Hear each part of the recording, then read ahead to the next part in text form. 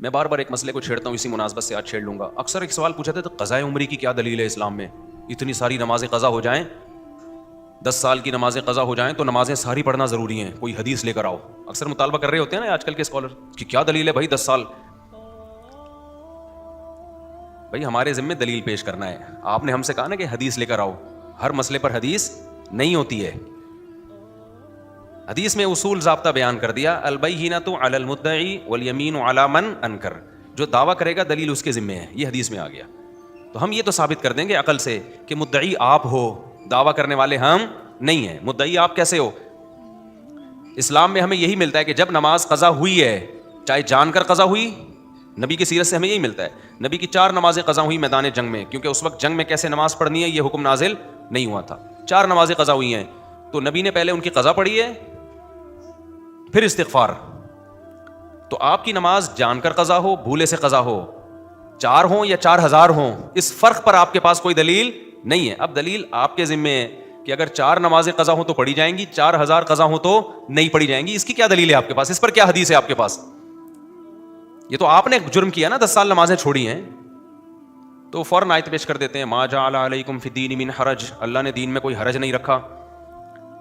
سوال پیدا ہوتا ہے اس کی کیا دلیل ہے کہ اس میں حرج ہے؟ 10 سال کی نمازیں کسی پر لازم کرنے میں حرج ہے؟ کہاں حرج ہے بھائی؟ ہم 10 سال کی نمازیں یہ تھوڑی کہہ رہے ہیں کہ ایک دن میں پڑھو، ہم کہہ رہے ہیں 10 سال کی نمازیں 10 سال میں پڑھو. آپ اب بھی حرج ہے کیا؟ اپنی طرف سے چیزیں بناتے ہیں. آج کل مارکیٹ میں چائنا کا مال بہت بک رہا ہے مذہب کے نام پہ. تو اجماعی مسئلہ ہے یہ کہ اگر نماز قضا ہو گئی، چاہے 10 سال ہو 20 سال ہوں، آپ کو وہ توبہ کے ساتھ وہ قضاء عمری بھی کرنی پڑی. اجماعی مسئلہ ہے، جو اجماع کے خلاف جاتا ہے دلیل اس کے ذمہ ہوتی ہے. اسی طرح عورتوں مردوں کی نماز کا فرق جو میں بتاتے رہتا ہوں، اجماعی مسائل ہیں یہ کہ عورتیں سمٹ کے نماز پڑھیں گی. اب جو اجماع کے خلاف جائے گا دلیل اس کے ذمہ ہے کہ وہ پیش کرے کہ عورت کے بارے میں الگ سے حدیث پیش کرے کہ نہیں عورت بھی مردوں کی طرح نماز پڑھے گی. جب تک حدیث نہیں ہے تو اجماع سے یہ بات ثابت ہے کہ کیسے پڑھے گی؟ سمٹ کے نماز پڑھے گی. تو اور بھی ایک میں نے بتایا تھا نا گاؤں میں جمعہ نہیں ہوتا، بتایا تھا نا مسئلہ. ایک اہل حدیث عالم ہے، انہوں نے میرے خلاف ایک کلپ ریکارڈ کروا دیا فوراً.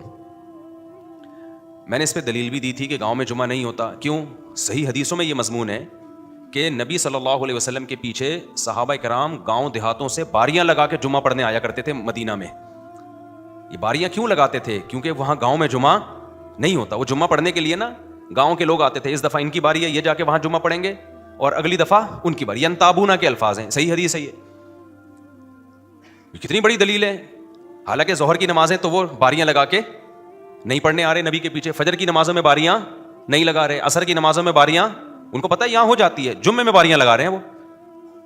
اہل حدیث عالم نے فوراً، ایک تو وہ بعض ان کے علماء ایسے ہیں، سب کی بات نہیں کر رہا ہے، وہ طنز بہت کرتے ہیں، ایسے کرتے ہیں جیسے ان کو کچھ پتہ ہی نہیں ہے. تو محترم نے فوراً ایک میرے خلاف کلپ بنا دیا. اب چونکہ زیادہ مشہور نہیں ہے، میں نام لوں گا تو مشہور ہونے کا خطرہ ہوتا ہے. پھر بعض دفعہ کسی مشہور کے خلاف انسان بیان اس لیے کرتا ہے تاکہ وہ میرا نام لے کے رد کریں اور میں بھی پھیل جاؤں. انہوں نے میرے خلاف کلپ بنا دیا. اس حدیث کا کوئی جواب نہیں دیا. کتنی بڑی دلیل ہے یہ؟ جواب یہ دیا کہ فلاں حدیث میں ملتا ہے کہ بحرین میں ایک گاؤں تھا جہاں جمعے کی نماز ہوتی تھی. لوگوں نے کہا کہ سب کے کمنٹس ان کے حق میں کہ یار زبردست جواب دے دیا. یہ تو آپ ہماری قوم کی سینس ہے. کوئی پوچھنے والا نہیں ہے کہ مکہ مدینہ سے ٹاپتے ٹاپتے آپ پہنچے کہاں؟ بحرین.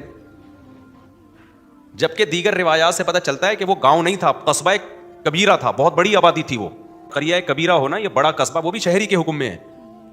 یہ تو خود اس بات کی دلیل ہے کہ اگر بحرین کے کسی گاؤں میں ہو رہا ہے اور بیچ کا کوئی گاؤں آپ کو ایکسپلین کرنے کے لیے نہیں ملا تو یہ تو ہماری دلیل ہے، اس کی علامت ہے کہ واقعی نبی کے دور میں گاؤں میں جمعہ نہیں ہوتا تھا. لیکن لوگوں میں تبھی میں کہتا ہوں مجتہدین کو فالو کرو، مجتہدین کو. آج کل کے اسکالرس کو فالو مت کرو، بہت خلط مبحث کر دیتے ہیں یہ لوگ، دائیں بائیں بائیں سے دائیں.